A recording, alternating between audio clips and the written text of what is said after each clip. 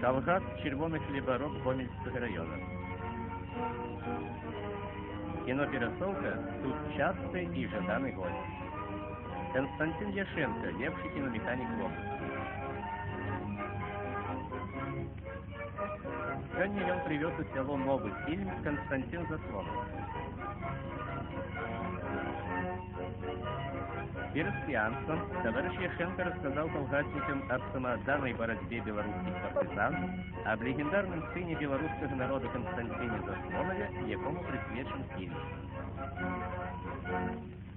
Киномеханик Яшенко – активный массовик-организатор.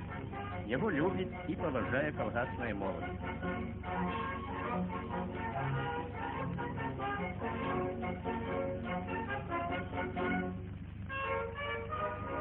Пора починать. Сегодня у него 50-й сеанс за месяц, замест 25 по плану. Все село пришло глядеть фильм о героичном сыне белорусского народа.